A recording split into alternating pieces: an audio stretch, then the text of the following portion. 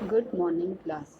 आज आप चैप्टर 9 श्री राम की बाल लीला के बारे में पढ़ेंगे। इस चैप्टर में आपको श्री रामचंद्र जी तथा उनके भाइयों की बाल लीला मतलब उनके बचपन में कैसी वो थी उनकी कर्तव्य, उसकी लीला का वर्णन किया किया गया है कि क्या क्या वो अपने बचपन में करते थे, कैसे कैसे खेलते थे। भक्ति काल को हिंदी साहित्य में स्वर्ण युग के नाम से जाना जाता है। जब भक्ति काल था तो उसे सारे हिंदी साहित्य में क्या कहते थे कि वो तो सोने का युग है। सोने का युग क्यों कहते हैं? क्योंकि तब कोई ऐसे कहीं भी लूटपाट नहीं थी, चोरी डकैती नहीं थी, कोई द्वेष भावना ऐसी कोई किसी से गलत व्यवहार नहीं करता था। बहुत ही अच्छा युग था। सब एक दूसरे के ऊपर विश्वास रखते थे, सब एक दूसरे को बहुत इज्जत देते थे, सब कुछ अच्छा ही अच्छा था। तो भक्त कवियों ने अपने अपने आराध्य की आराधना करते हुए, भक्त कवि जो भी थे, जितने भी कवि थे, उन्होंने अपने अपने आराध्य से मतलब है जो जिस में आस्था थी। कोई जैसे कृष्ण जी को मानता था, कोई शंकर जी को, कोई भगवती को, कोई हनुमान जी को, कोई गणेश जी को। तो जिसकी जिसमें आस्था थी, अपने अपने आराध्य की आराधना करते हुए जनमानस के मन में, जनमानस मतलब पब्लिक के मन में अलौकिक शक्ति, भक्ति और मानवता के प्रति अद्वितीय विश्वास जागृत किया। अब तुलसीदास जी क्या थे? वो राम के भक्त थे, तो उनको राम भक्ति शाखा के शिरोमणि कवि कहा जाता है। उन्होंने कवितावली में श्री राम के बाल रूप का वर्णन ब्रज भाषा में किया है। तो ये है इस चैप्टर की समरी, हल्की फुल्की सी। अब आप इसके दोहों के बारे में पढ़ेंगे।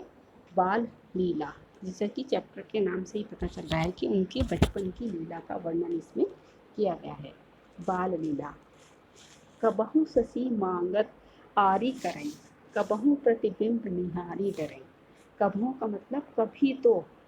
कौन? वो रामचंद्र जी और उनके चारों भाई। शशि का मतलब चंद्रमा, चंद्रमा को मांगने की, आरी मतलब जिद करते हैं।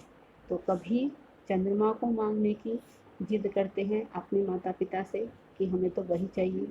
कबहू प्रतिबिंब निहारी डरें, और कभी अपनी परछाई को निहार निहार करके डरते हैं कि जब चलते हैं लाइटों में या चंद्रमा की लाइट में, चाहे सूरज की लाइट में, तो अपनी हमारी सबकी प्रतिबिंब पड़ता है, तो वो छोटे हैं बहुत, इसलिए वो अपनी परछाई को देख देख करके डरते हैं।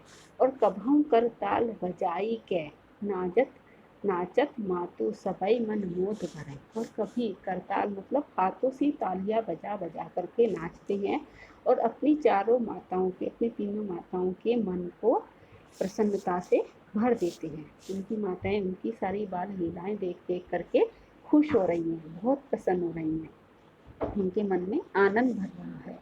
कबहू ऋषि आई कहें हटके, पुनि लेत सोई जे लागी अरे। और कभी ऋषि आई मतलब जिद कर करके हट करते हैं कि पुनि पुनि मतलब बार बार हमें तो उसी को लेने की जिद करनी है, हमें तो वही चाहिए। क्या चीज चाहिए उनको? चंद्रमा, उसको लेने की जिद करते हैं।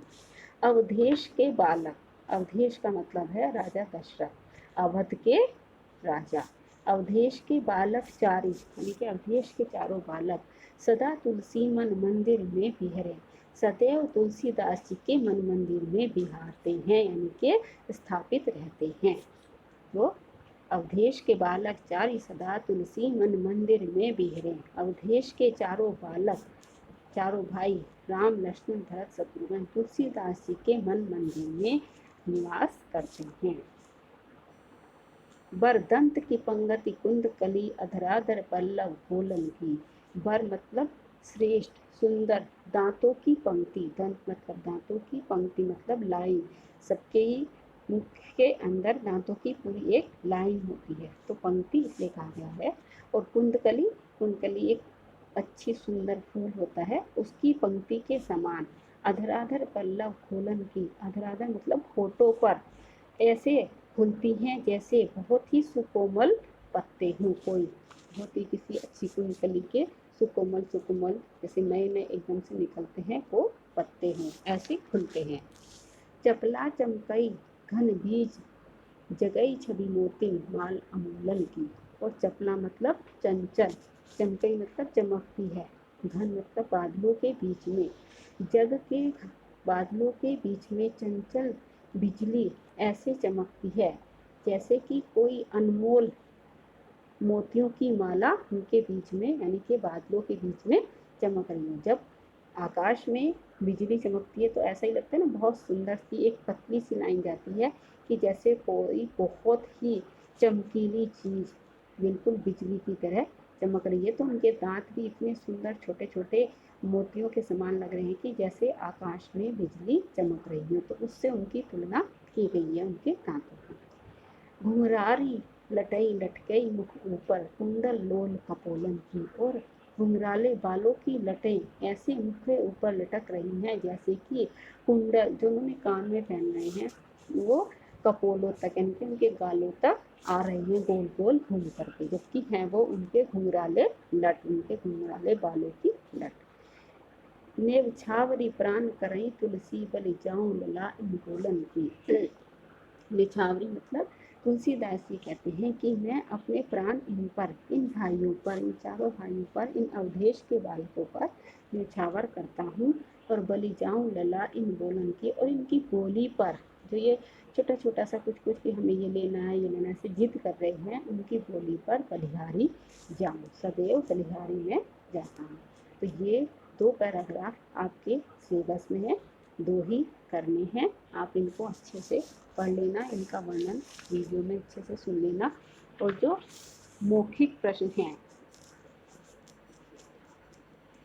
जो मौखिक प्रश्न हैं उनके उत्तर मैं आपको बता रही हूँ। बाकी आपको अर्थग्रहण संबंधी प्रश्न, लघु उत्तरीय प्रश्न और दीर्घ उत्तरीय प्रश्न जो है असाइनमेंट्स में भेज दिए जाएंगे।